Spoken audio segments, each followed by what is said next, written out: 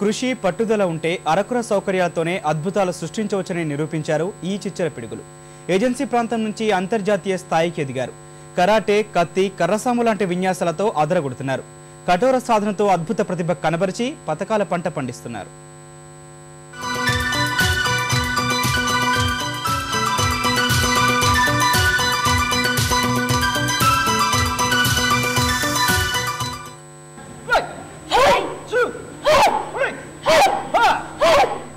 Karate విన్యాసాలతో అదరగొడుతున్న ఈ గిరిపుత్రులు వరంగల్ జిల్లా కొత్తగూడ గిరిజనాశ్రమ పాఠశాల విద్యార్థులు.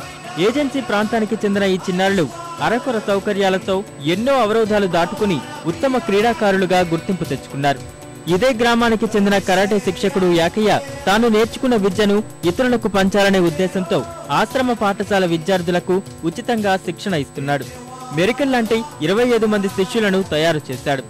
వారు తమ శక్తి సామర్థ్యాలతో గురువునే మించిన శిష్యులుగా నిరూపించుకుంటున్నారు.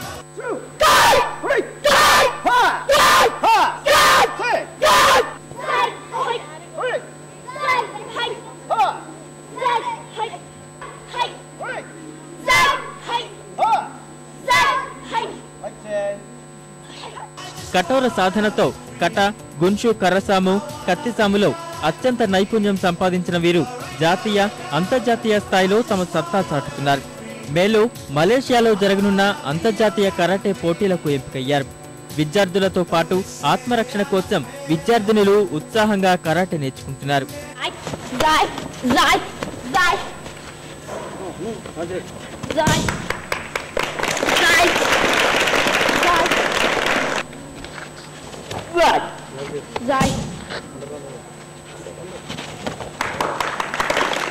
ఇంతకుముందు చాలా పెరిగిదానిగా ఉండేది. కరాటే నేర్చుకునేటప్పుడు నుండి నేను చాలా ధైర్యంగా ఉన్నాను.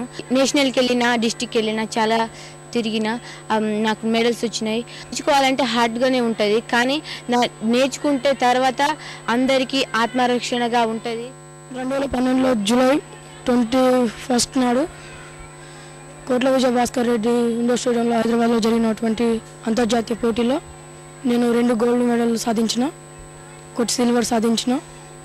మళ్ళీ నేను ఈ మే నెలలో నేను ఇంటర్నేషనల్ వెళుతున్నాను మలేషియాలో.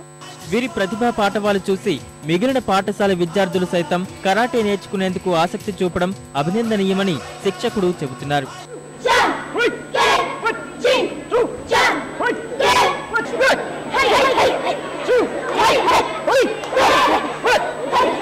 ముఖ్యమైన ఉద్దేశం ఏంటంటే నేను నేర్చుకున్నటువంటి కుంఫు కళ అనేది నాతోటి అంతం కాకుండా పిల్లలందరికీ కూడా ఉపయోగపడాలి, వాళ్ళందరూ నేర్చుకోవాలనే అటువంటి లక్ష్య సాధనతో నేను దీన్ని ముందుకు తీసుకొచ్చిన.